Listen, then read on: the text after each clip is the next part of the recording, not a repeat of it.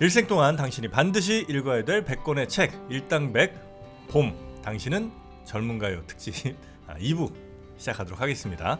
자, 저희가 우리 시청자 대표 우리 미셸님과 그리고 또 정만님과 함께 봄 특집 당신은 젊은가요를 하고 있는데요. 저희가 봄 특집에서는 만다라 그리고 젊은 날의 초상 또 라하트 하에렘이란 세 권의 책 여러분께 청춘과 관련된 책을 좀 소개를 해드리고 있습니다. 어떻게 한 시간 좀 해보셨는데 네. 아직도 젊습니까? 아니면 젊다는 느낌이 더 강하게 옵니까? 아니면 나는 젊음이 아니었구나라는 느낌이 좀 오시나? 아니면 아까 끝맺음을 네. 우리 막 너무 젊으려고 막 그러지 말라고 해놓고 젊냐고 물어보시면 대답하기가 좀 애매하시구나. 네, 아이 되게 전 전 젊고 싶어요. 젊고 싶어요? 네. 왜? 전요 모든 걸 좀 늦게 시작했어요. 뭐 삼수를 했고 결혼도 굉장히 늦게 한 편이고요. 네. 뭐 깨달음이랄까? 뭐 저도 번뇌를 많이 하고 뭐 절망을 많이 하고 생각을 많이 하다 보니까 늦게 시작하는 게 많아서 시간이 아깝다 그러면 좀 그렇지만 아무튼 네, 좀 그래요. 나에게 남겨진 마지막 젊음을 화려하게 좀 불태우고 싶다? 네, 여전히. 네. 저는 이제 그런 욕망조차 사라진 것 같습니다. 안 됐네요. 열반적증에 즉흥지로. That's too bad. 네. 그래서 요즘 좀 네, 제가 요즘 좀 많은 의욕들이 좀 상실된 상태라 이제는 어떤 의욕을 내가 또 찾아야 될지 거기에 대해서 좀 고민 중입니다. 이제 젊음과는 이제 이별의 악수를 좀 한 것 같습니다. 저는. 어때요? 좀 슬프시던가요? 그러니까? 슬픔보다는 절망 정도가 좀 있죠. 네, 아쉬움도 좀 있고요. 그래서 소백지향 홍삼을 다시 한번 먹어야 되나 생각도 하고 있는데 뭐 그런 걸로 해결될 문제는 아닌 것 같고 여튼 젊음 한번 저도 한번 고민을 좀 더 해보는 시간을 오늘 한번 더 가져보겠습니다. 자, 이제 첫 번째 책이 저희가 김성동의 만다라였고 이제 이문열의 젊은 날의 초상과 조성기 선생님의 라하트 하에렘 남았는데 뭐부터 갈까요? 예, 젊은 날의 초상이 아무래도 뭐 사실 뭐 젊은 20대를 대표하는 소설하면 뭐 젊은 날의 초상 가장 손꼽히죠. 여기 한 90년쯤 나왔, 80년대 나왔네. 이게 81년. 그렇게 오래됐어요? 이게 본래는 이게 연작이거든요. 그러니까 한 편의 장편 소설로 처음 나온 게 아니고 처음에는 이제 그의 겨울이라는 중편이 먼저 나왔고. 그의 겨울 맞죠? 그 다음에 하구, 네. 그 다음에 우리 기쁜 젊은 날 이렇게 요 세 편을 모아가지고 이제 그 바로 젊은 날의 초상으로 이렇게 붙인 거죠. 나 이거 다 봤는데. 뭐 고등학교 시절 뭐 이렇게 있는 거죠. 예, 그렇게 이제 보시면 될 것 같아요. 젊은 날의 초상. 그래서 이 책의 뭐 그래도 기본적인 줄거리 한번 좀 들어볼까요? 예.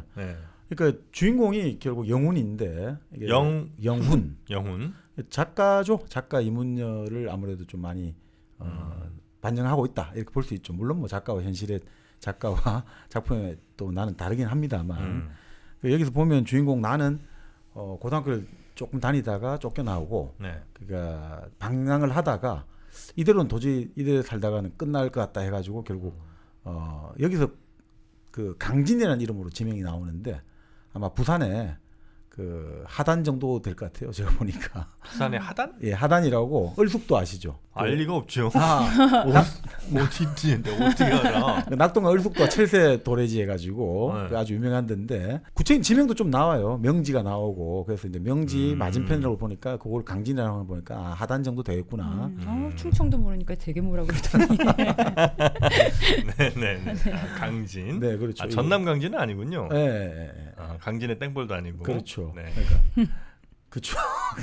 전남 강진은 진짜가 보통은 나루진짜 이렇게 많이 쓰는데 여기는 달진짜, 끝진짜 이런 정도로 상징적으로 쓰고 있는 것 같아요. 그래서 이제 하구 같은 경우는 바로 이제 그렇게 방랑을 하고 있다가 그 강진의 그 있는 형에게 편지를 보내가지고 내 형이 나 공부 좀 해야 되니까 내 검정고시 치고 대학 가야 되니까 형 나 좀 도와줘. 그렇게 형이 그럼 우리 집으로 와. 그래서 그 강진에서 살게 된 그 생활을 이제 그리고 있는 거죠. 하구잖아요. 하구 제목이. 하구가 이제 강어기잖아요. 민물과 바닷물이 만나는 기수역이라고 하죠. 이게 참 또 재미있죠. 그러니까 경계잖아요. 경계. 그게 청춘. 그렇죠. 청춘은 경계잖아요. 강과 바다의 예. 경계. 예.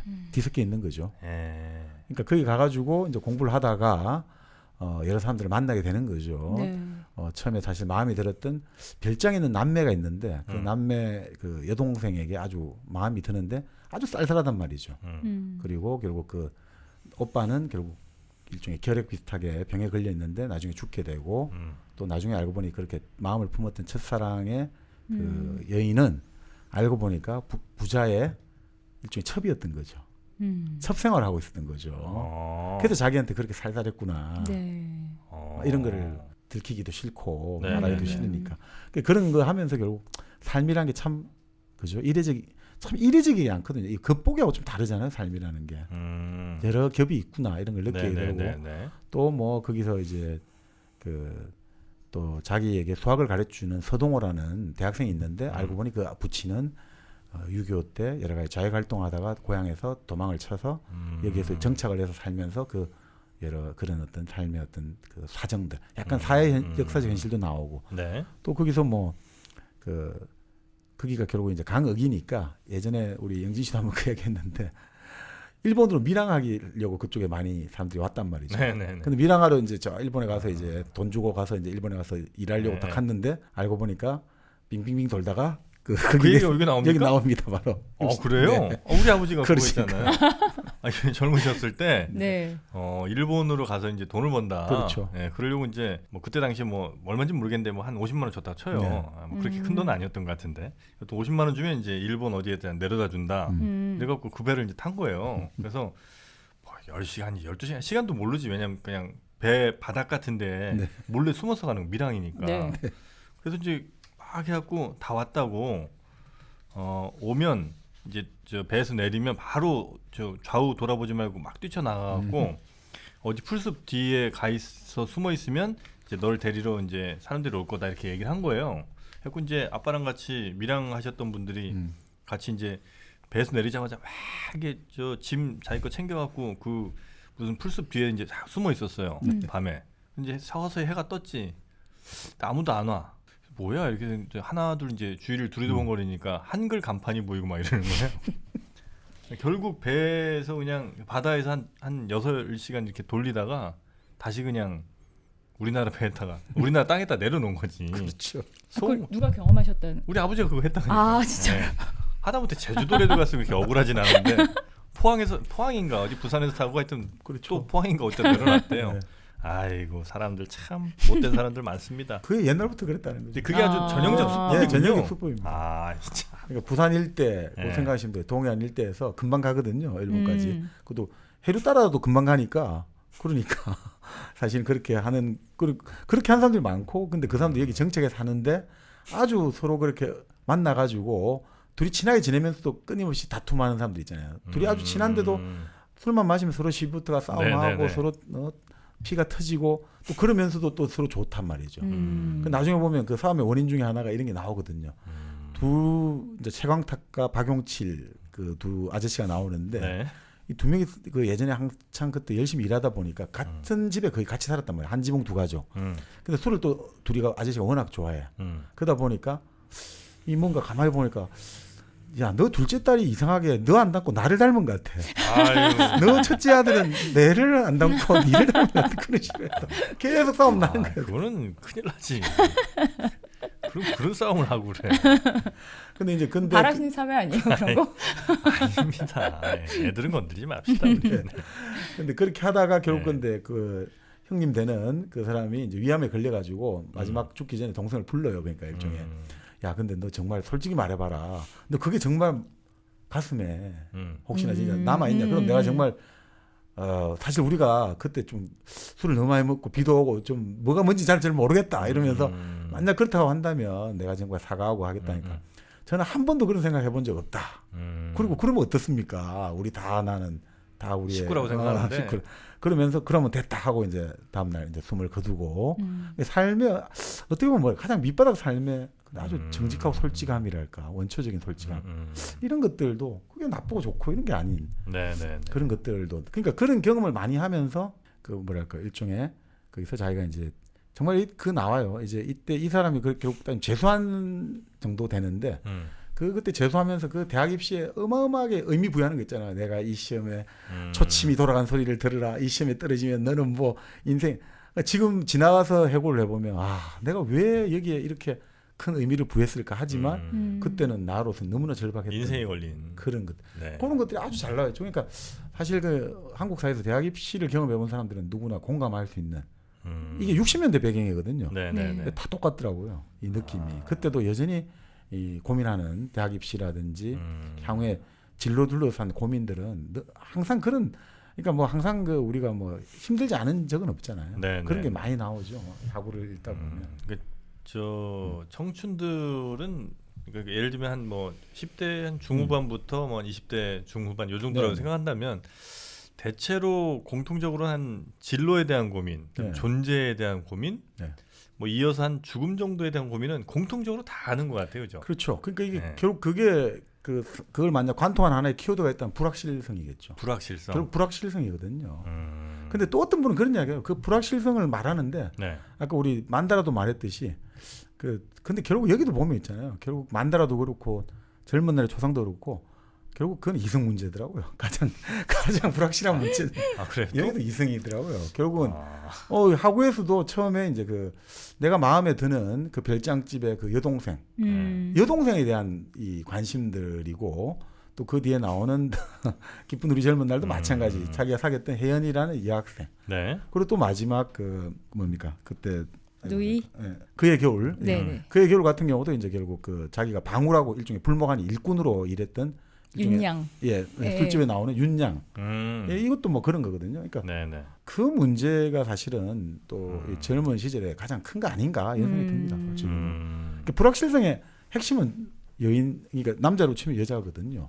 도대체 내가 저 사람이 좋다고 하는데, 그러니까 어떻든 간에 이제 한 20쯤 될 때 공식적으로 인정을 받기 시작하잖아요. 이제 누군가 좋아한다는 것들. 근데 그럴 때 과연 저 사람이 나를 좋아해 줄까? 이게 사실은 생각하가 달려있는 문제거든요. 그 당시에 사람들 입장에서는. 근데 이쯤에서 좀 약간 제가 혹시 우리가 놓치고 가는 건 없나 생각되는 건 이제 여기 작가들 예를 들면 뭐 만다라의 김성동 작가라든지 이문열 작가 역시 이제 남성들이고 저나 우리 정광님도 남성 아니겠습니까? 어쨌든 그래서 우리는 이제 그런 고민들을 한단 말이죠. 거의 공통적으로. 근데 혹시 여성들은 좀 다른 것이 혹시 핵심인데 우리가 모르고 넘어가나? 여성들도 이런 뭐 진로나 존재나 죽음에 대한 고민을 동일하게 하면서 그 핵심은 또 이성 뭐 불확실성 이런 거에 있나? 아니면 남성들의 고민과 좀 다른 뭐가 있기도 한가는 약간 궁금합니다. 제가 뭐 여성을 대표한다고는 모르겠어요. 네. 그래서 그냥 저의 개인적인 생각을 말씀드리자면 전 되게 비슷한 것 같아요. 비슷해요? 저도 뭐 주로 남자 뭐 이런 고민이 있고 죽는 거 뭐 이런 죽는 거. 거요. 죽음은 여전히 전 되게 불안해요. 그래요? 매우 불안해서 뭐 톨스토이 말씀하셨었잖아요. 예전에 43살인가 뭐 갑자기 자다가 일어나서 뭐 그때부터 좀 정신병적인 증세를 일으켰다고 하셨었잖아요. 비슷해요. 저 갑자기 막 숨이 안 쉬어질 때가 있어요. 죽음에 대한 공포로? 네. 근데 그게 이제 사후 세계를 전혀 알 수 없으니까요. 그래서 두려운 거예요? 네. 없다는 확신만 있으면 그럼 좀 덜 두려웠겠어요? 그러니까 사후 세계가 없다. 네. 그럼 괜찮아요? 아니 있다 없다의 문제가 아니라 어떤지를 모르겠. 그러니까 확실히 내가 답을 줄게 그러면. 네네네. 이 주면 그건 이제 그 두려움 사라질 수 있겠어요? 네. 없어요? 네. 어떻게 알아? 안 가봤잖아. 아니 알아. 없어. 그렇게 생각하면 됩니다. 근데 여기서 조금 반론은 아니고 재밌는 게. 그 예전에 한번 그런 이야기 했잖아요. 인간이 매장을 하면서부터 이제 문명이 시작됐다고 했잖아요. 매장을 하면서. 그러니까 이게 동물은 물건으로 보거든요. 사람이 볼 때요? 아니 그러니까 이게 죽었다. 자기 동료가 죽었다. 물건으로 본단 말이죠. 그래서 어느 순간 냄새가 나면 동물이 어느 순간 자기 새끼를 안고 하다가 새끼가 죽었는데 모르고 계속 다리고 다녀요. 근데 어느 순간 냄새가 나면 그냥 버려버린단 말이죠. 물건화 돼버리거든요. 물건으로 본단 말이죠. 근데 인간은 그렇게 본다는 거죠. 이게 죽었단 말이죠. 죽었는데 이걸 어떻게 인식을 해야 되나 이거죠. 이걸 물건으로 안 보는 순간부터 결국 그러니까 뭔지 모르지만 이게 뭔지 모르지만 일단 뭔지 모르는 게 있다고는 기록을 하자. 그래서 일단 묻기 시작했다는 거죠. 뭔지 모르지만 아예 없다라고 생각하는 건 아예 우리 인식 세계 속에서 지워버리는데 왜 그런 거 있잖아요. 그러니까 우체사 다치로 선생님이 아주 비유를 재밌게 썼는데 우리가 밤바다를 가고 있어요. 배를 타고 쭉 가고 있는데 저 멀리서 이제 우리가 전조등을 비춰봤는데 뭔지 모르지만 뭔가 보인단 말이죠. 그런데 동물하고 인간이 다른 이유가 이렇게 기록을 할 수 있다는 거죠. 하여튼 뭐 몇 월 몇 시 몇 분 몇 킬로 저쪽에서 뭔가가 뭐 이런 연기가 나고 흰색인데 뭔지 모르지만 보였음, 뭔지 모르지만 뭐가 나타났음. 기록을 한다 이거죠. 그러니까 사람은 뭔지 모르지만 나타나는 거를 기록하고 그거를 의식할 때 발전을 한다는 거예요. 사후세가 있는지 없는지 모르지만 일단 그걸 모르니까 우리는 일단 뭔지 모르지만 묻어버리자 이거죠. 묻고 나서 이거를 물건도 아니고 뭐도 아니고 일종의 죽은 자, 유령이라고 부르자. 아니면 뭐 죽은 시체라기보다는 사자라고 부르자.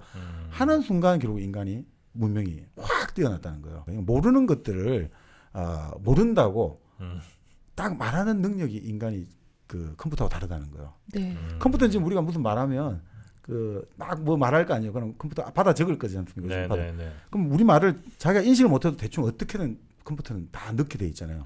근데 인간은 어떻습니까? 가로를 친단 말이에요. 무슨 말인지 모르겠음. 근데 그래 끝나고 나중에 보고 나서 대충 이 사람 말이 요때 아까 했던 말이 받아 적었는데 이게 이 뜻이구나 해갖고 다시 정정할 수 있다는 거죠. 그게 컴퓨터하고 인간이 다르고 지금 오히려 지금 이게 뭔지 모르겠다라고 일단 괄호를 쳐버리면 인간이 오히려 확 더 성장하니까 그게 오히려 더 좋은 거 아니냐. 그게 이제 어떤 일종의 유추나 뭐 추론 이런 거에 그렇죠. 대한 능력이 막 폭발한다 이런 볼 수는 있겠네요. 네. 근데 이제 워낙 두려워하니까 아니 이거 이제 양자역학으로 갑니다. 그거는 없으면 없는 거예요. 대신 있다고 생각하면 있을 수는 있어. 그러면 윤회 다시 태어나는 거 없는 거예요? 없죠. 나 그것도 싫은데. 다시 태어나고 싶은데. 뭘 태어나고 싶어요? 네. 뭘 그렇게 태어나고 그래? 다시 살고 싶은데요? 뭐 그게 관심이 있으시면 이제 칼륨을 연구해 보시면 칼륨은 자기도 몇백 년 전에 어디에서 태어났고 이렇게 나중에 이제 칼륨이 좀 약간 학술적인 신빙성이 떨어진다고 생각을 하는데 이 칼륨을 보면 기본적으로 집단 무의식 이런 개념부터가 기본적으로 이례적으로 삶을 안 보고 있는 거죠. 근데 이럴 수도 있죠. 이게 다시 예를 들면 미셸님이 다음 생에 뭐 정프로로 태어난다. 네. 물론 그러고 싶겠지만 그렇게 어떤 뭐 구체적인 뭐 형상 하나로 다시 태어나 이건 아니고 이렇게 확대 해석하자면 예를 들어 미셸님의 원자 모든 것들이 이제 다 분해가 돼서 다시 이 세상 누군가에게 속해 있는 원소나 원자가 될 수는 있겠죠. 그렇죠. 예, 그렇게 의미를 부여하자면 뭐 그건 이제 환생 가능. 혹은 뭐 미셸님의 어떤 뭐 지금의 말이나 뭐 기록이나 이런 것들이 누군가에게 계승이 돼서 누군가에 다시 쓰여진다거나 그렇게 된다면 그거 역시도 환생 의미 부여 가능. 그 의미 말고요. 그런 의미가 아닌 예를 들면 우리가 흔히 생각하는 내가 지금 죽으면 저 소울 영화처럼 어디 저 영혼 올라갔다가 다시 그 친구가 뿅 하고 누군가의 몸속에 들어가서 짠 태어난 없지 그런 건. 없어요. 이게 뭐 있습니까? 그렇게 심플하게 이렇게 심플하게 생각하시는 분들이 범죄를 저지를 수 있는 거죠. 아니 뭐 그러니까 그 뭡니까? 네. 서로 다른 것들을 네. 하나로 묶어내는 것도 하나의 방법이고 뭐 그러니까 그것도 뭐 여러 가지 방법이 있죠. 네. 아니면 이런 죽음이나 혹은 뭐 존재에 대한 그런 고민이 생길 때 먼 저 스스로를 한번 먼 바다 같은 데 한번 내보내 보세요. 그러니까 가로림만 같은 데 가시면 거의 이제 먼 바다를 보면서 그 끝없는 수평선을 보고 그리고 이제 탁 트인 바다 이런 걸 이제 보시면 어쩌면 그런 존재에 대한 의심 이런 것들이 좀 많이 사라질 수도 있고요. 거기 가면 또 생명체들 많은 생명체들이 있거든요. 전박이 물범 같은 친구들. 근데 그런 친구들이 정말 생태공원입니다. 거기 가면 제1호 국가해양정원이 되는 건데 거기에서 아름다운 뭐 바다의 많은 생명체들 이런 친구들과 함께 무언의 대화를 한번 나눠보세요. Communication without without speaking. 그렇게 한번 해보시면 좋지 않을까 하는 생각이 듭니다. 맞습니다. 본래 커뮤니케이션의 본질은 서로 말을 알아듣는 게 있는 게 아니고 내가 뭐라고 말하는 거를 나는 하여튼 알아듣는 걸로 하자라고 하는 게 커뮤니케이션의 본질이거든요. 그러니까 여보세요? 이게 커뮤니케이션 본질이라는 거예요. 서로 따라하는 거. 걔는 그냥 배고프다고 짖어도 나는 네가 날 좋아한다고 이렇게 이해하면 되는 거예요. 그게 바로 오디세이아잖아요. 오디세이합니다. 그 돼지가 됐잖아요. 아 그래요? 아니 그 부하들이 네. 그 키르케 만약에 돼지가 돼버렸잖아요. 음식을 먹고. 네네. 근데 그 부하들이 돼지가 꿀꿀대는 거를 오디세이아는 그걸 살려달라는 소리로 듣잖아요. 그러면서 그게 결국 돼지를 구원해 주는 거잖아요. 그렇군요. 그러니까 커뮤니케이션의 본질은 이게 말하는 게 뭐고 이게 아니라 내가 듣겠다라고 하는 순간 성립이 된다는 거죠. 네. 그 이야기를 차용한 게 하울의 움직이는 성. 네. 아닌가? 돼지 나오는 게 엄마 아빠 돼지 네. 되는 게 하울의 움직이는 성인지 아니 그게 아니면 아니고 그거죠. 생가치로의 행방불명이군요. 참. 네, 죄송합니다. 항상 내가 하나가 좀 부족해. 많이 부족하신 거예요. 아니 진짜 하나가 부족해. 요거만 채우면 되는데. 가로림만을 꼭 가보겠습니다. 네, 가보시기 바랍니다. 네. 자, 그러면 이제 그 젊은 날의 초상. 그러니까 그게 바로 하구 일부를 했고요. 예, 하구 일부죠. 그래서 결국은 이제 대학 입시에 성공하게 되는 거죠. 그래서 결국 그 세계에 벗어나서 이제 서울이라는 세계로 오는 거죠. 이 작가가 이제 이문열 작가가 본래 집이 엄청난 이사를 많이 했거든요. 아 그래요? 그러니까 고향에 살 수가 없잖아요. 경북 영양이 이제 재령이 씨, 이재호 이런 사람들 다 재령이 씨잖아요. 그 경북 영양, 우리 청양고추라고 하잖아요. 청송 영양이 청양고추잖아요. 그러니까 바로 그 영양 출신인데 거기서 결국은 그거 하기 힘드니까 결국 밀양도 있었고 부산도 있었고 막 전국을 돌아다녔나 봐요. 그렇게 하면서 이제 그 경험을 했는데 68년인가 이분이 48년생이니까 68년에 대학을 갔거든요. 그러니까 그때 이제 검정고시 쳤으니까 대충 그 시기. 그래서 그때 이제 결국 대학 가는 걸로 하고의 생활은 마무리가 되는 거죠. 그리고 이제 2부가 바로 그 대학 생활이죠. 우리 기쁜 젊은 날. 우리 기쁜 젊은 날. 이건 뭐 영화도 이런 제목 많이 땄지 않습니까? 황신의 안승기 나온. 기쁜 우리 젊은 날인가? 그렇죠. 그렇죠. 네. 그러니까 이런 제목이 좋거든요. 좋습니다. 여기 보면 이제 영화에 보면 그렇게 나오죠. 영화에서는 이제 이 대학 생활할 때 그 이제 흔히 말하는 정보석 그 영훈이 옥소리 혜연을 이제 그 사귀게 되는 거죠. 근데 문제는 이제 여자의 집안이 좀 부유한 집안이거든요. 자기는 아무것도 가진 거 없고, 그러니까 거기서 이게 뭔가 자꾸 트러블이 날 수밖에 없는 거죠. 그래서 뭐 일종의 가든 파티 같은데 초청을 받아갔는데 도저히 자기는 위화감을 느껴가지고 배알이 꼴리죠. 그렇죠. 그래서 술을 엄청나게 마시고 사람들 앞에서 또 괜히 그 비꼬는 소리 그렇죠. 그렇게 하면서 결국 분위기 다 갑분싸 만들고 또 토하고 때리고 막 그런 식으로 되는 거죠. 근데 사실 여기서 이제 결국은 뭐 이런 것 같아요. 대학을 들어왔는데 대부분 사람들이 느끼는 건데 들어왔는데 내가 생각하는 대학이 아니란 말이죠. 흔히 말하는 대학에 들어왔는데 존경하는 교수님은 말이 없으신단 말이죠. 내가 알아서 해야 되거든요. 그러니까 본래 그래요. 존경하는 교수님은 말씀이 없으시고 원래 공부는 내가 하는 것이만 그러니까 그러다 보니 이 사람은 학교 공부보다는 그냥 도서관을 가서 완전히 일종의 어떤 사람은 자폐적 교양이라고 하는데 계속 책만 드립다 파는 거예요. 근데 자기하고 단짝이 몇 명 생겨나는 거죠. 자기가 하가라고 하고 우리가 김가 박가 하듯이 하가라는 친구하고 김영이라고 부르는 이제 친구가 생겼는데 이 세 명이 단짝이 되어가지고 이제 천하 대사를 논하는 거죠. 뭐 철학에 뺨을 치기도 하고 그 문학을 완전히 시중들게 하고 종교를 완전히 뭐 패대기를 치고 이런 식으로 나오는 거죠. 자 그런 과정에서 이제 뭡니까 문학 스쿨에 들어갔다가 이 문학 스쿨 사람들을 놀리는 거죠. 외국 작품 있잖아요. 번역 안 된 것들을 자기가 습작한 것처럼 그렇게 가짜로 했다가 결국 들통이 나가지고 완전 망신을 당하고 이런 막 그리고 막 술집에 가가지고 우리 그런 거 있지 않습니까? 술값 없는데 가서 그냥 막 외상으로 끝없이 마시고 재당 잡히고 술 마시면서 노는 거 있지 않습니까? 자 우리 하나씩 훔쳐온다. 그래서 수박을 훔쳐오고 뭐 장난감을 훔쳐오고 소주병을 훔쳐오고 뭐 이런 젊은 날이 좀 광태라고 해야 될까? 이제 이런 것들이 결국은 이제 계속 할 수는 없지 않습니까? 결국은 소설에서는 친구였던 그러니까 그 아주 존경했던 김영이 술을 마시고 귀갓길에 계단에 굴러가지고 죽는 걸로 나요. 24살의 나이로. 그때 이제 자기는 깨달은 거죠. 이제 나의 젊은 날이라거든. 여기서의 나의 생활은 끝이 났다. 나는 떠나야 한다. 결국 이제 길로 상징되는 거죠. 젊으면 방황의 연속이니까. 그래서 그 이제 바로 처음 이제 사실은 하구에서 시작된 게 4월이거든요. 4월에 봄날 안개가 낄 때부터 시작해요. 그러다가 이제 여기서 결국 그 10월에 어느 날 쓸쓸한 10월의 오후에 이제 학교를 그만두기로 하고 결국 겨울철에 바로 방향랑을 가는 거죠. 그게 바로 그해 겨울로 이어지게 되는 거죠. 네네. 4월에서 10월에 끝나는군요. 그렇죠. 3부에서는 이제 그해 겨울은 뭐냐면 뭐 탄강촌도 가기도 하고 배를 타려고 하는데 이게 도저히 안 되는 거예요. 이 젊은 인텔리 애가 아직 손에 살도 부들부들한데 굳은 살도 없는데. 그렇지. 뭐 네가 무슨 걸 타냐.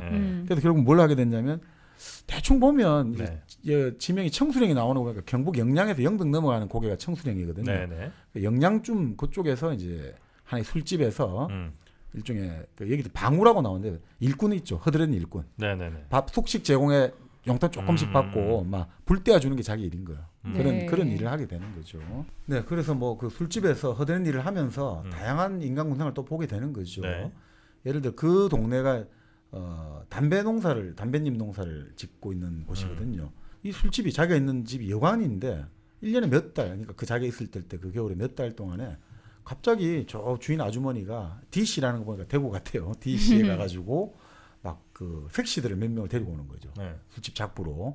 그리고 또 A씨 안동쯤 되는 것 같아요. A씨에 가서 좋은 고급 안주를 막 사온단 말이에요. 안주할 거리를.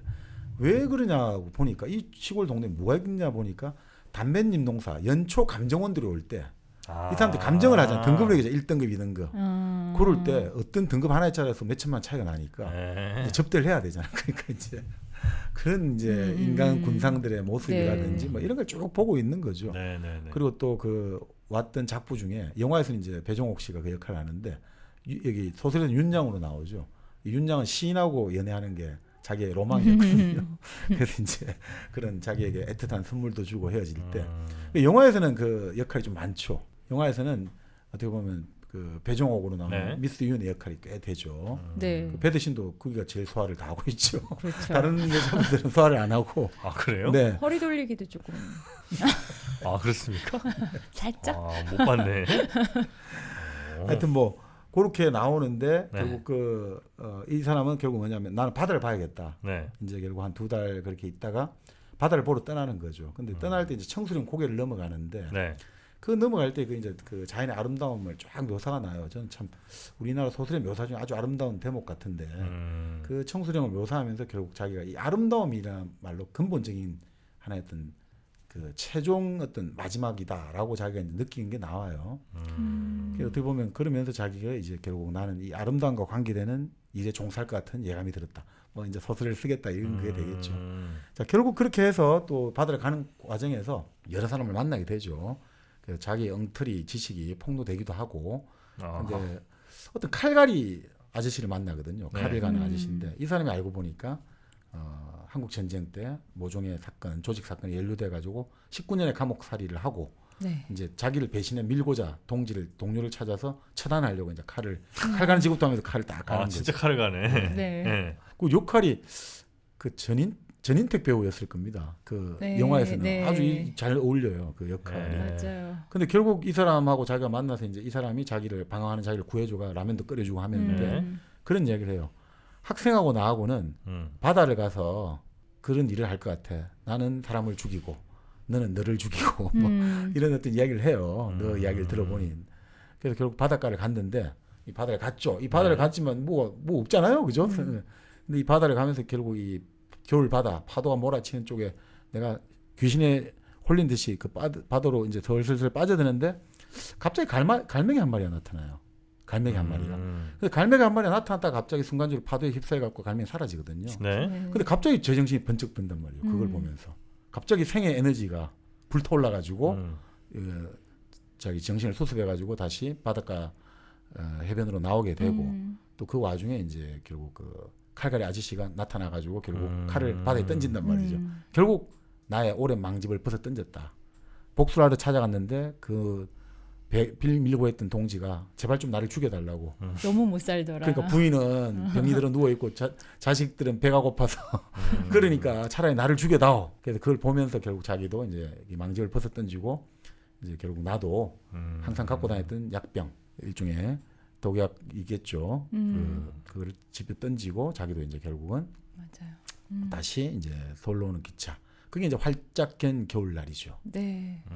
이게 참 그래서 이 결국 뭐 이제 새롭게 뭐 어떻게 되는지 모르지만 네. 결국 젊은 날의 방황이랄까 이게 하나의 어떤 일단락을 내리고 다시 나는 일종의 나를 정립했다고 해야 될까? 네. 이렇게 되는 거죠. 그게 이제 젊은 날의 초상인데 이게 저는 책도 책인데 영화가 참 잘 만들었어요. 생각보다 저도 사실 예전에 영화 봤을 때는 좀 유치하다 생각했는데 맞아요. 최근에 영화 보니까 잘 만들었다. 저도요. 그래서 나이가 그래요? 들었나 봐요. 나이 들고 보니까 훨씬 더 좋군요. 네. 이 젊음의 끝을 느끼는 느낌은 어떻습니까? 네. 아니 정관님 대충 그때 지나셨을 거 아니에요. 근데 이런 느낌 같아요. 그러니까 대충 언제쯤으로 기억이 나세요? 이게 이제 젊음이 끝이구나. 예, 헤르만 헤세가 그런 이야기했거든요. 네. 자기 중심주의가 종식되고 나가 아닌 누군가를 위해 살 때 젊음은 끝이 나는 것이다라고 했거든요. 대체로는 아이. 그렇죠. 결혼해 아예 낳고 나면 끝나는 거죠. 제가 생각에는 그 자기 중심주의가 종식되고 나가 아닌 누군가를 위해 살 때 젊음은 이제 끝나는 거다 아닌가 이렇게 생각합니다. 그래서 제가 아직 잘 못 느끼나 보다. 그래서 네. 나도 끝났나 보다. 자기 중심주의가 끝나는 순간 네. 그게 굉장히 어찌 보면 서글픈데 네. 그 서글픔을 아이가 좀 보상을 해주는군요. 결국은 이런 거 아니겠습니까? 이게 결국 그 젊음이 끝난다는 것은 이제 자기 속에 그 예전에 우리 기나긴 이별 있지 않습니까? 그 필립 말로 나오는 필립 말로. 네네네. 그 레이먼드 챈들러. 네. 거기에도 나오잖아요. 항상 그 필립 말로우가 결국 뭐냐면 내 속에 있는 뭔가를 내 속에 있는 어리고 약한 뭔가를 끄고 놓았을 때 그때 이제 사실 젊음 그래 어른이 되는 거니까. 네. 그러니까 왜냐하면 내 속에 있는 어리고 연약한 것을 계속 북돋아지면 어른이 될 수는 없잖아요. 그러니까 어른이 된다는 거는 어떻게 보면 둥담하다 이런 거하고는 좀 다른 것 같은데 어른이 된다는 건 지금 말씀대로 흔들리지 않아야 되니까 흔들리지 않아야 되려면 이런 일종의 통과 의례를 거쳐야 되잖아요. 이런 일종의 입사식이라고 해야 될까. 예전에 성인식 하듯이 이런 어떤 격리를 해야 되고 시련을 당해야 되고 그 격리가 이게 내가 있던 동네에서 떠나는 거예요. 난 뭔지 모르지만 가출을 하고 출가를 하고 집을 떠나고 이렇게 떠났다가 시련을 당하죠. 뭐 진짜 친구가 죽고 나도 너무너무 힘들고 나도 죽을 뻔하고 그래서 한번 나도 정신적으로 완전히 죽었단 말이죠. 죽었다가 근데 다시 재생을 하는 거죠 이제. 네. 근데 그때 이제 생물학적인 나에서 사회적인 나로 바뀌는 게 이게 이제 결국 젊음의 종말 아닌가 싶습니다. 그 예를 들면 저도 한 밤 11시에 이제 예전에도 일이 있었으니까 11시에 끝나고 야 어디 가자. 이런 연락이 왔을 때 다음날 아침에 분명히 일이 있음에도 불구하고 갑니다. 그게 이제 젊음이었어요. 이건 꼭 체력의 문제만은 아닌 것 같습니다. 그러니까 그때도 피곤하고 지금도 뭐 피곤할 수 있지만 이제는이 아니라 이제 좀 전에 연락이 와도 그냥 다음에 뭐 이렇게 이제 접게 되는 거 이게 젊음의 끝이 아닌가 하는 생각이 좀 드네요. 아직 이제 그런 걸 못 느꼈다는 거죠, 우리 미셸님은. 네. 저는 뭐 아무래도 아이가 없어서 그런 것 같아요. 아직은. 잘하면 평생 젊을 수 있겠는데. 그래서 좀 그런 생각이 들어요. 왜냐하면 어쨌든 나이를 계속 먹어가는데 전 아직도 좀 너무 보살핌을 받고 있지 않은가. 남편으로부터 동생들로부터 뭐 우스갯소리로 뭐 정말 손이 많이 가는 언니야. 이 민폐 캐릭터 뭐 이런 거 있잖아요. 그런 얘기를 요즘 들으면 살짝 좀 우울해질 때가 있긴 있어요. 이래도 되나? 뭐 그런 생각이 들죠. 그래서 제가 이 책을 다시 보면서 오히려 이 친구들은 어린 나이지만 굉장히 번뇌하고 그러면서 그래도 뭔가 해답을 얻은 거잖아요. 저는 아직도 못 그런 것 같아서. 그리고 소설이니까 그렇지만 과연 우리가 인생에서 해답을 얻을 수가 있을까요? 그것도 좀 의문이 들었죠. 얻었잖아요. 저희가요? 정프로는 얻었잖아요. 정프로님은요? 정프로 얻었잖아요. 뭐예요? 뭐 어떻게 얻으신 거예요? 그 해답은 가로림만 바다로 나가야 되는. 희종일관이시군요. 네. 꼭 가봐야 되겠다. 근데 사실은 뭐 그 성경 소설이라는 것들이 기본적으로 우리 데미안도 그렇고 다 그랬습니다만 하여튼 뭔가를 잃어버리면서 어른이 된다는 거죠. 그러니까 젊음은 이제 젊음에서 어른으로 가야 되잖아요. 그러니까 뭔가를 잃어버리면서 어른이 된다는 거죠. 그러니까 왜 성년식에서 할례 의식 이런 것도 뭔가를 잘라내고 하는 것들이 잃어버린다는 그걸 알아야지 이제 어른이 된다는 거거든요. 근데 또 한편으로는 뭔가를 잃어버려서 어른이 되는 건 좋은데 너무나 많은 것을 못 가진 채로 어른이 되는 경우도 있어요. 잠시 광고 듣고 오겠습니다. 퇴소하던 날은 정말 기뻤어요. 제가 고대하던 날이었기 때문이었는데 기차가 출발을 하는데 그때 눈물이 나더라고요. 마음 둘 곳이 없다라는 생각. 여러분의 독립은 몇 살이었나요?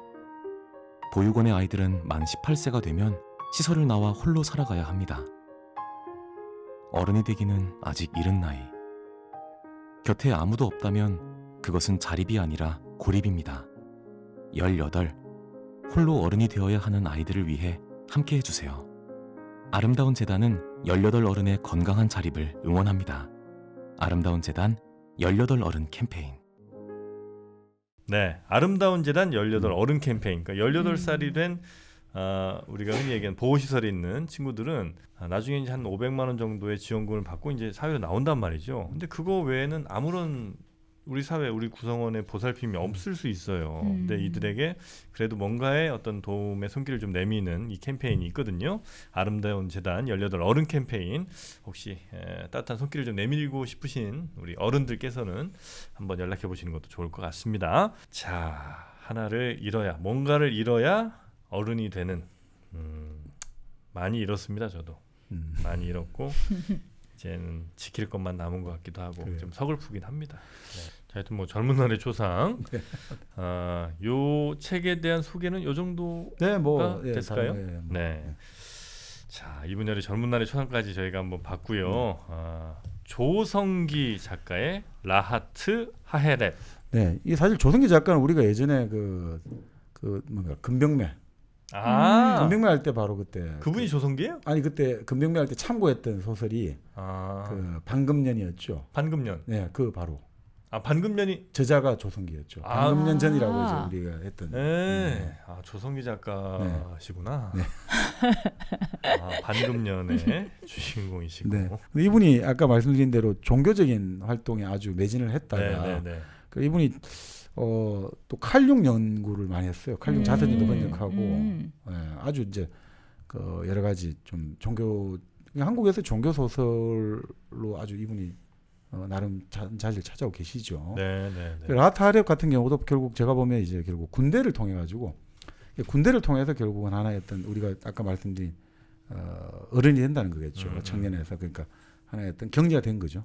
그 공간에 격리가 됐다가 거기서 결국 여러 가지 경험을 하게 되고 다시 이제 사회로 돌아오면서 들어갈 때 나와 나올 때 나가 달라지는 것들 이런 것들을 이제 아주 잘 다룬 것 같아요. 그 여기는 뭐 주제가 불이거든요. 딱 불이에요. 불. 전부 불로 나와요. 전부 다 불로 다 나와요. 그래서 제목이 그렇. 예. 근데 이 불이 왜 이제 불이냐니까 여기서 보면 이렇게 나와요. 제일 처음에 군대를 갔는데 아폴로 눈병이 유행한다는 거죠. 그 아폴로 눈병이 어떻게 됩니까? 걸리면 눈이 빨개지잖아요. 분열되고, 불이죠. 또 군대를 가가지고 걸렸는데 다시 이제 그 보직을 받았는 게 이제 군종병, 군목에 이제 그 여러 가지 꿀보직이죠. 근데 알고 보니 꿀보직이 아니란 말이죠. 그래요? 이 군종이 예전에 화재 사건 때문에 노이로제에 걸려가지고 이 군목 입장에서는 군종병이 혹시나 불을 일으킬까봐 새벽 2시도 와고 계속 두드리고 무슨 일 있니 없니 하니까 미치게 만든 거예요. 뭐예요? 군종병이? 종교 관련된 일을 하는.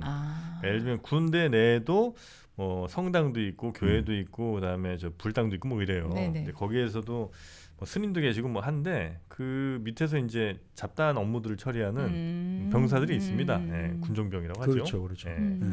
그러니까 그걸 하는데 이제 그 사람도 이제 불 때문에 이제 결국은 노이로제에 걸려가지고 계속 이 사람을 그거 하고 또 자기도 마찬가지로 대학을 다닐 때 그 종교단체 활동을 했는데 그 좋아하던 여학생이 있었는데 그 여학생에 대한 이 내면의 불길 그 연모했는데 그 연모를 전달을 충분히 못한 상태에서 그 여학생은 미국 유학을 떠나게 되고 그때 그러니까 속으로 끊임없이 그 어찌 보면 연모의 불길도 되고 욕정의 불길도 되겠죠.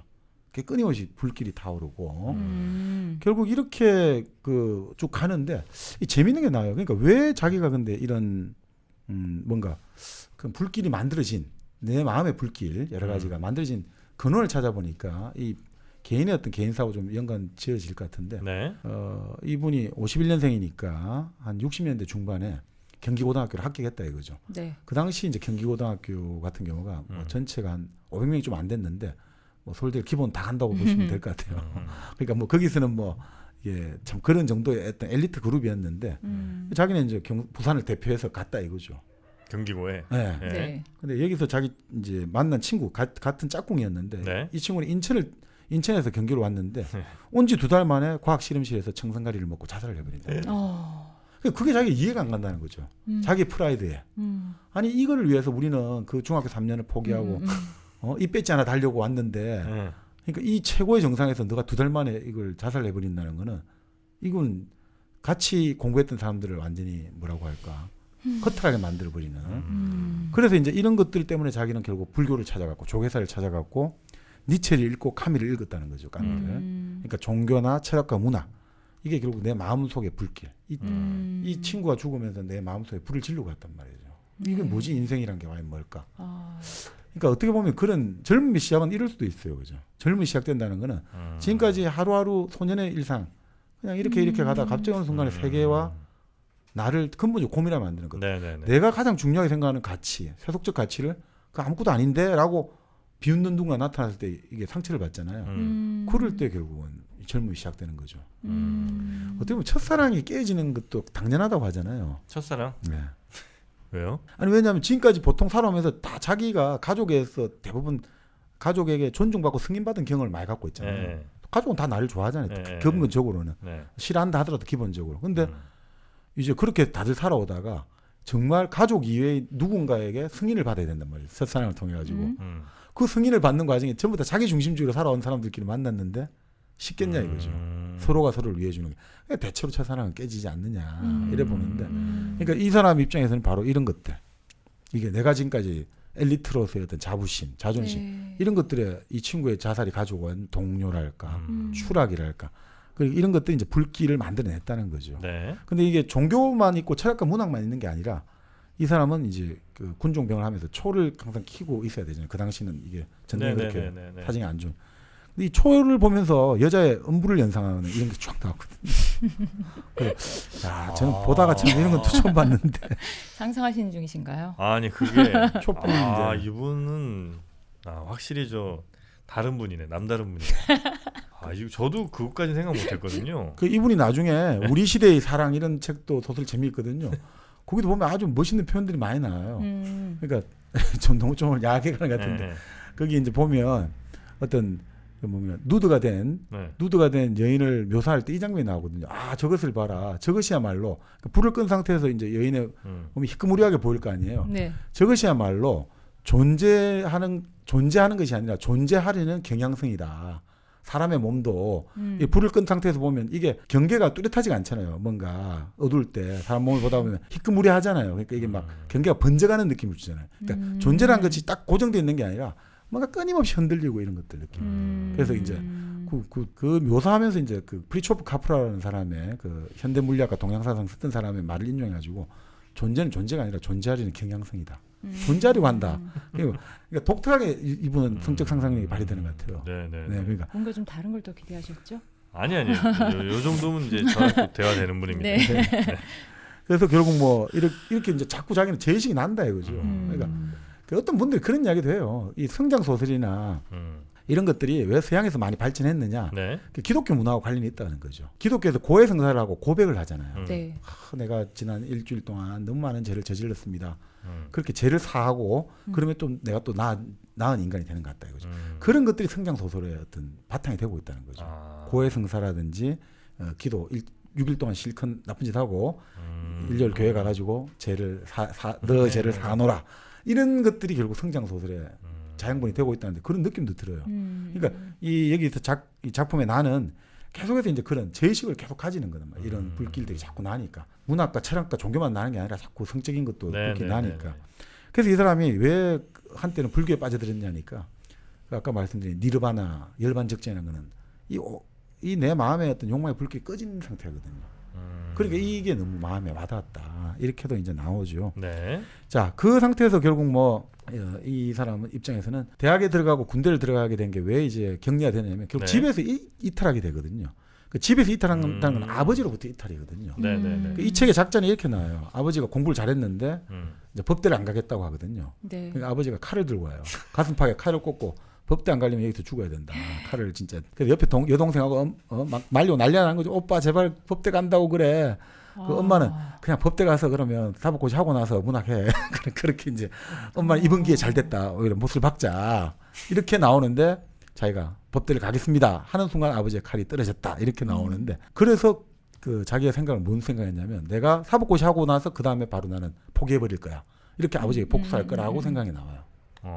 이게 사실은 제가 예전에 몇 년 전에 어느 서강대 종교학 교수했던 신부님 그 캐나다 신부님인데 그 글을 읽었거든요. 자기 형제들이 자기 동생이 정말 그 뛰어난 수재였다는 거죠. 네. 그래서 의대를 졸업하고 그 자기 집안이 다 의사 집안이었대요.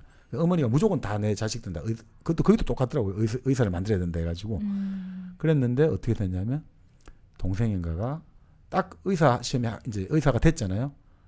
딱 의대를 졸업하고 의사 지금 됐잖아요. 그러고 나서 자살을 해버린 거예요. 딱 그러니까 엄마의 소원대로 내가 들여드렸죠 하고 나서 탁 뜨는 거. 그 무슨 스카이 캐슬도 그런 거 나와. 아 그렇죠, 맞아. 스카이 캐슬이 거기 나오고. 네, 의대 갔던 친구인가 하여튼 뭐 바로 이제 그만두겠다고 네, 나오죠. 그러니까 뭐 스스로 뭐 목숨을 끊었던가 뭐 그런 장면이 있습니다. 그러니까 그런 좀 모티브 같아요. 이런 것들이 결국 뭐냐면 원하는 거는 해주는데 나는 그 이상은 안 해준다. 원하는 거. 그래서 이 기가 법대를 간 다음에 종교단체를 들어가는 거죠. 근데 이 종교단체는 결혼할 사람까지 정해주거든요. 대충 감이 오는데. 아 근데 저도 예전에 이런 말 하면 안 되는데 예전에 사귄 사람이 그 이런 종교단체에 있었는데 결혼할 사람을 정해준다고 하더라고. 네. 이건 좀 이건 좀 이해가 안 되는데 진짜 그런 일이 있었는데. 근데 또 결혼하신 분들 얘기 들어보면 그게 더 낫을 수도 있겠다는 얘기가 잘 있어요. 살더라고요 네. 거기서. 네.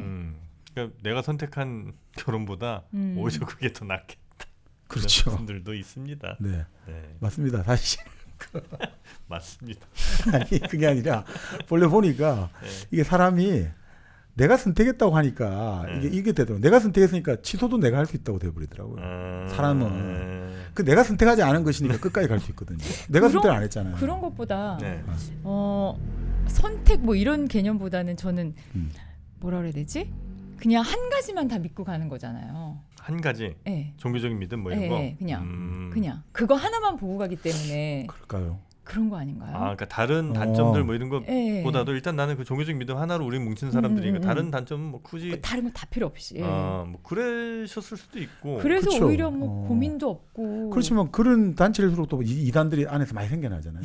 그건 결국 안 맞으니까 다른 형태로 나타나지 않는가. 그러니까 이제 부부 관계에 있어서는 이제 다른 네, 불만이 없을 네, 수도 있다는 거잖아요. 뭐 돈 못 벌어거나 혹은 뭐 네. 바람 피거나 이런 것들이 세속적인 선택에서는 굉장히 큰 치명타인데 네. 그분들은 어쨌든 우린 종교 하나로 뭉친 사람들이니 그냥 그거 하나만 나머지는 보는데. 오케이.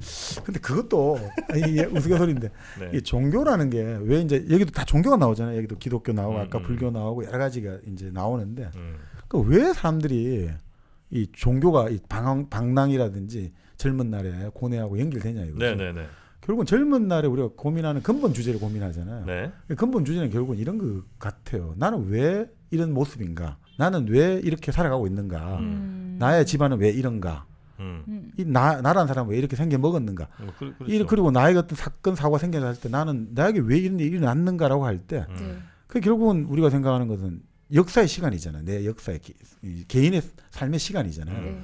근데 그건 어떻게 할 수가 없는데 종교는 그걸 통해서 다시 한번 재생을 시켜주는 거잖아요. 예전에 한번 우리 종교 이야기했지만 네. 왜 종교를 믿느냐? 새롭게 한 번씩 태어나게 해주니까. 주기적으로 한 번씩 바꿔주냐 사람은. 네네네. 나 오늘부터 새로운 인간이야라고 시작할 수 있게 해준다 이거죠. 그러니까 이 젊은 날에 자꾸 그런 근본적인 어떤 주제들을 새롭게 태어나고 싶을 때 자꾸 종교하고 관련이 되는 것 같아요. 네. 그리고 바로 그런 것들이 큰 어떤 역사적 사건을 겪고 나면 그러니까 바로 종교가 만들어질 수밖에 없더라고요. 예를 들어가지고 김용수 선생님이 그런 말씀하셨는데 네. 우리가 1894년 이제 동학 전쟁을 하고 나서 어마어마하게 많은 사람이 죽었거든요. 네. 보통 살아갈 수가 없어요. 이렇게 많은 사람이 죽고 나니까 살아남은 사람 어떻게 살아가야 되지? 바로 옆 같은 동네 살던 아저씨 친척 다 죽어버렸어. 내 식구들이. 나는 어떻게 살아야지? 내 살아남은 거는 과연 정당한 것인가? 이 여러 가지 죄의식, 죄책감 이런 게 느껴지잖아요. 그럴 때 나온 게 뭐냐? 바로 원불교하고 정산 네. 그거 나왔다는 거예요. 정산교는 좀 더 강정산이라는 사람이 좀 더 일종의 카리스마도 있고 신적 능력을 보여주니까 좀 더 직접적인 행동, 뭔가 좀 더 그래서 후천개벽 공사를 하자, 천지 공사를 해서 새로운 세상을 바로 지금 우리가 만들 수 있다 이렇게 그러니까 좀 더 세게 나가는 게 하나 있고 네. 직접적으로 또 원불교처럼 너무나 큰 어떤 우리가 슬픔이랄까 어떤 사고를 직면했을 때 인간은 일단 좀 물러서고 질서를 회복하자. 일상부터 회복하자거든요. 뭔가 좀 어루만지면서. 그렇죠. 일상부터 가자. 원불교는 좀 더 일상적. 저는 그런 것들이 우리 1950년대도 한국 전쟁이라든지 일제 강점기를 거치면서 종교가 엄청 많이 생겼거든요. 신흥 종교라고 하죠. 그게 그럴 수밖에 없지 않는가. 그러니까 종교라는 게 결국 젊은 날의 어떤 성장 변화와 관련되니까 계속해서 이제 좀 나오지 않느냐 싶습니다. 네. 네.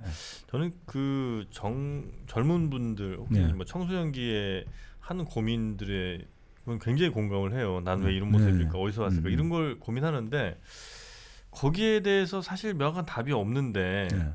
마치 명확한 것처럼 답을 주는 것처럼 보여지는 종교들이 네. 네.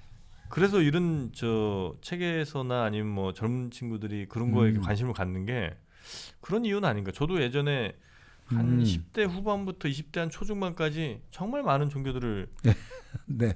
성지순례를 했거든 네, 내가. 진짜요? 그러니까 뭐 몰몬교, 뭐 제7일 안식일, 하여튼 뭐 교회, 성당, 뭐 불당할 때는 안 가본 데가 없어요. 이유는요? 증산도도 가고. 예? 그러니까 일단 뭐 호기심도 기본적으로 좀 있었고, 그다음에 나란 존재는 과연 뭔가. 그냥 부모님 만나서 이렇게 태어난 거는 뭐 물리적으로 맞는데 정말 나는 어디서 왔나 이제 이런 생각들을 이제 하면서 거기에 대한 답을 누구도 주질 않잖아요. 그러니까 네. 뭐 잘하면 이제 철학책 정도에서 아마 찾거나 아니면 이제 철학책 어렵잖아. 네. 종교에서는 쉽게 알려주잖아.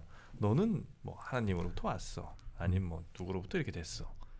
이런 또 너는 죽으면 어디로 갈 거야. 시작과 끝을 알려주니까 그게 정답인지 모르겠지만 네. 뭔가 이렇게 거기에 그런가 하고 이렇게 끌려가는 거 그런 게 좀 있는 것 같아요. 그렇죠. 그러니까 말 그대로 종교는 불길을 좀 잡아주잖아요. 아, 내 마음에 안에 불길을 그렇죠. 불길을 좀 꺼주잖아요. 근데 사실 지금 말씀드린 철학이나 문학은 불길을 더 거세게 불타오르도록 만들잖아요. 네네네. 그러니까 그 사실 좀 힘들어지는 거죠. 종교는 오히려 좀 불을 소방수니까. 정프로님은 이제 그런 생각이 들었을 때 종교를 찾았다고 하셨잖아요. 저는 제가 왜 그런 건지 몰랐던 거예요. 이렇게 쉽게 말하면 그런 생각이 드는 게 어떻게 보면 청춘의 시작일 수도 있었고 또 뭐 그게 인간이면 당연할 수도 있었던 건데 저는 제가 되게 비정상적이라고 생각했던 거예요. 왜 자꾸 이런 생각이 들지? 난 너무 또 저희 부모님이 굉장히 권위적이신 것에 비해서 너무 자유로운 것이 아닌가? 네, 이렇게 정상적으로 살지 못할 거지 않을까? 막 이런 생각이 저는 그래서 좀 결혼도 많이 늦게 하고 안 해야 되는 게 아닌가 막 이렇기도 하고. 아니, 물론 뭐 그렇게 보시는 분도 있죠. 그러니까 종교가 사실 지금 이제 제도권 종교의 단점 중에 하나가 지금 말씀대로 좀 그런 여러 가지 좀 자유로운 여러 가지 라이프 이런 것들을 좀 되게 제약시한다.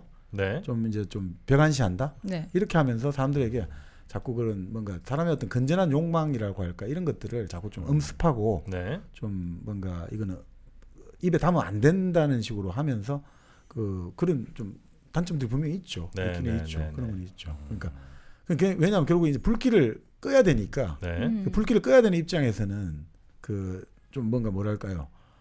여기 만달에도 그런 거 나오거든요. 스님하고 어떤 이제 신도 대학생이죠. 뭔 이야기할 때 이런 이야기를 하죠. 스님을 파괴시키면 지옥에 떨어지기 때문에 난 절대로 스님하고 잠을 못 자요. 이런 이야기도 하거든요.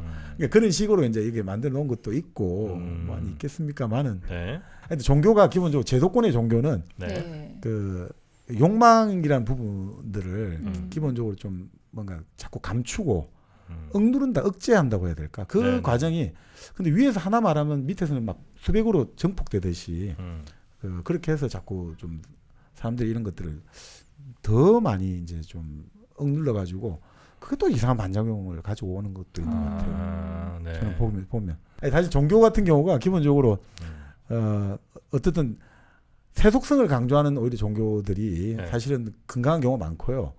어떤 초월성을 강조하는 종교일수록 더 세속적인 경우가 많은 것 같아요. 세속적이거나 좀 문제가 있는 왜곡된 경우가 좀 많이 있다는 거죠. 대충 이제 어떤 말씀 하시려는지는 뭐 감이 좀 옵니다. 자, 그래서 라하트 하엘렘. 그렇죠. 그래서 이제 결국 이제 그 대학에 가가지고 결국 아까 말한 칼을 들이대는 아버지를 거부하고 바로 새로운 아버지를 신을 찾는 거죠. 그러니까 이제 법대까지는 갔고. 그렇죠. 네. 그 와서 이제 종교단체 활동하고 아버지가 와서 제발 고시 공부하라 해도 이제 여기서 꿈쩍 안 하는 거죠. 나 법대는 갔지 않냐. 그렇죠. 아버지 하라는 거 했다 나는. 그렇죠. 네. 이게 참 위험해요. 결과로서 자꾸 어떤 걸 바라볼 때 부모와 자식 간의 관계에서. 네. 자, 결국 그래서 군대를 이제 여러 가지 행동을 하다가 잘 안 풀려고 해서 군대를 왔는데 군대라는 데가 여기서 보면 일종의 커뮤니타스라는 거죠. 이 경계선이거든요, 군대가. 자, 보세요. 군대가 가장 엄격한 규율을 원하지만 또 군대가 제일 타락하기 쉬운 또 동네잖아요. 그렇지 않습니까? 네. 군대 가는 것을 핑계로 모든 것들이 허용되잖아요. 음. 군대 가기 전에 뭐 예전에 입영전야에 요즘 그런 문화가 많이 없어졌겠습니다만 그 입영전야에 여러 가지 문화들이 있었고 또 군대를 나오는 친구들한테는 뭐 이런저런 성적 서비스 하는 거는 다 허용된다. 이런 식의 이런 그러니까 이 군대라는 데가 어떻게 보면 시험대가 되는 거죠. 네. 자, 거기서 결국 이 군대에서 이 주인공은 사실 이제 과연 하나님이 있는가 여러 가지 이제 경험을 하게 되는 거죠. 네.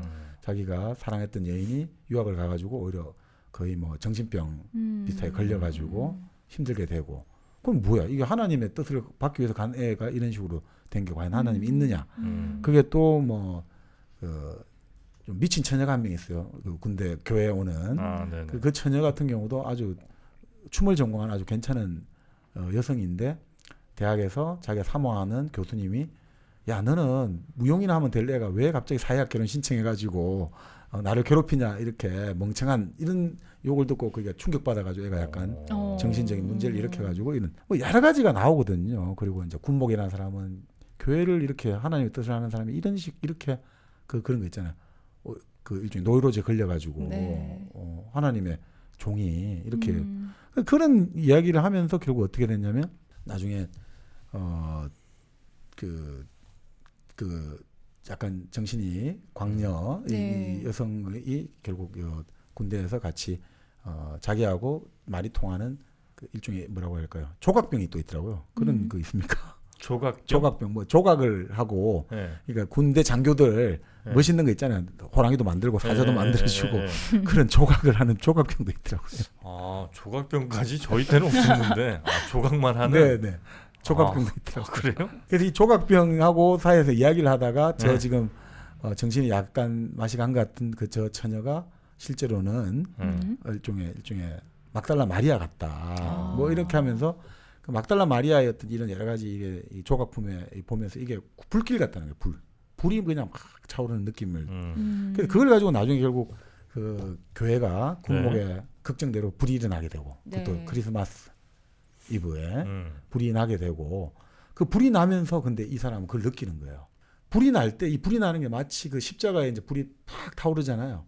이게 마치 예수 그리스도가 이제 불에 화형당한 느낌을 가지면서 근데 그게 이 불꽃이 그죠. 어쩌 피가 흘러내리는 느낌이 빨갛고 이러니까. 근데 그러면서 이상하게 일종의 뭐라고 할까? 시원함이라고 할까? 이걸 느끼는 게 나오거든요.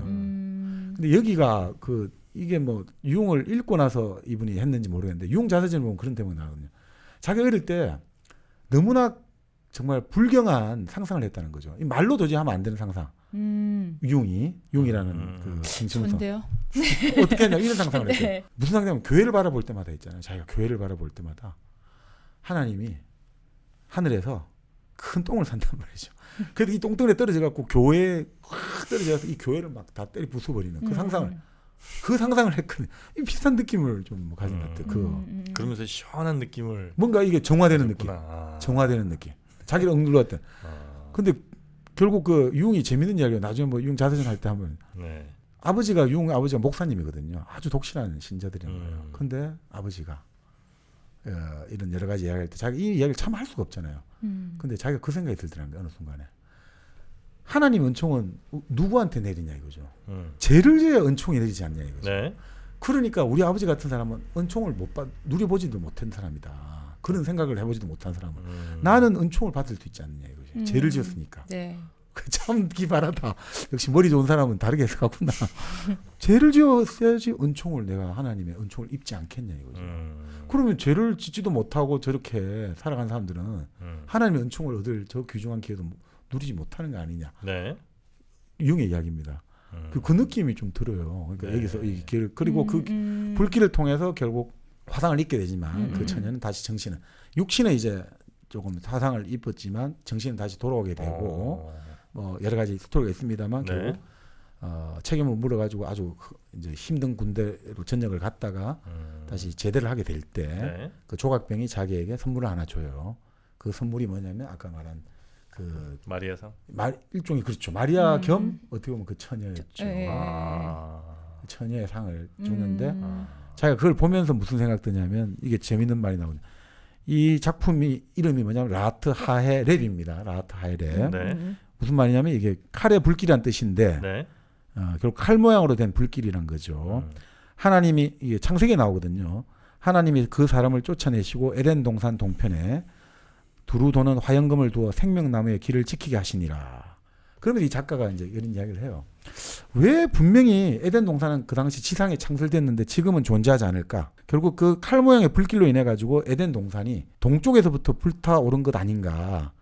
그럴 때 그 이제 에덴의 대화재를 바라보는 아담의 마음이 어땠는가 한번 상상해 보게. 결국 그러니까 이게 지금 그 군대 교회에서 불이 났지 않습니까? 네. 군대가 일종의 에덴인 거죠.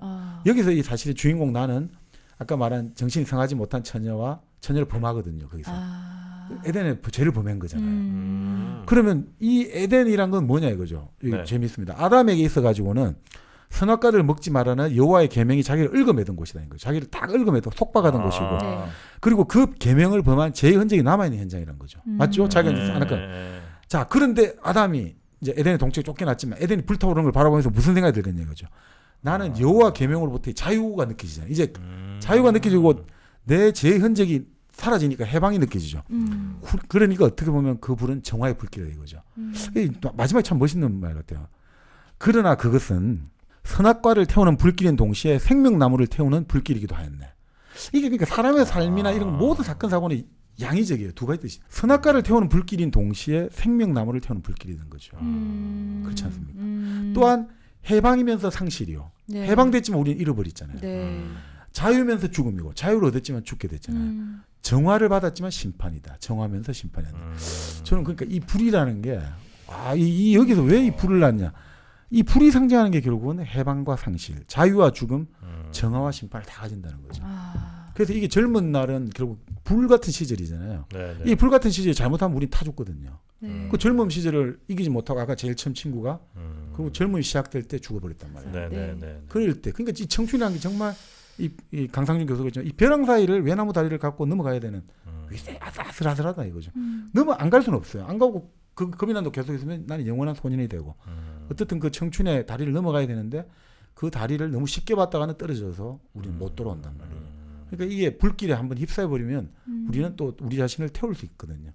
그러니까 이 지점에 이 청춘을 어떻게 보면 이 사람은 종교든 이걸 다 떠나가지고 네, 네, 네. 결국 우리 청춘의 한때라는 것들이 그러니까 사실은 뭐 그러니까 모든 게 어떻게 보면 청춘이죠. 우리가 우리 자신을 항상 불태울 수 있는 거는 항상 있잖아요. 네. 어느 네, 순간에 네. 그 불이라는 게 있어야지 우리는 고양되고 에너지를 얻지만 불이 지나치면 결국 우리 자신을 태워버리잖아요. 태운다. 네. 청춘은 그런 것들을 가장 극적으로 보여주는 시절이고 종교나 연애라든지 이런 것들은 그 청춘의 불길을 근본적으로 끌었다가 치웠다가 이걸 극단적으로 보여주기 때문에 종교와 이성이 항상 같이 네, 네. 대극에 존재하는 느낌이 많이 들어요. 좋네. 라타의 랩. 네. 꽤 좋습니다. 라타 아렙은 이게 에덴에 결국 불칼해가지고 이런 네. 시리즈 책이 몇 권이 있거든요. 이거 상당히 한번 네, 읽어보시면 너무 좋은데 다만 군대를 에덴으로 비유한 거는 거기가 어떻게 에덴이 돼?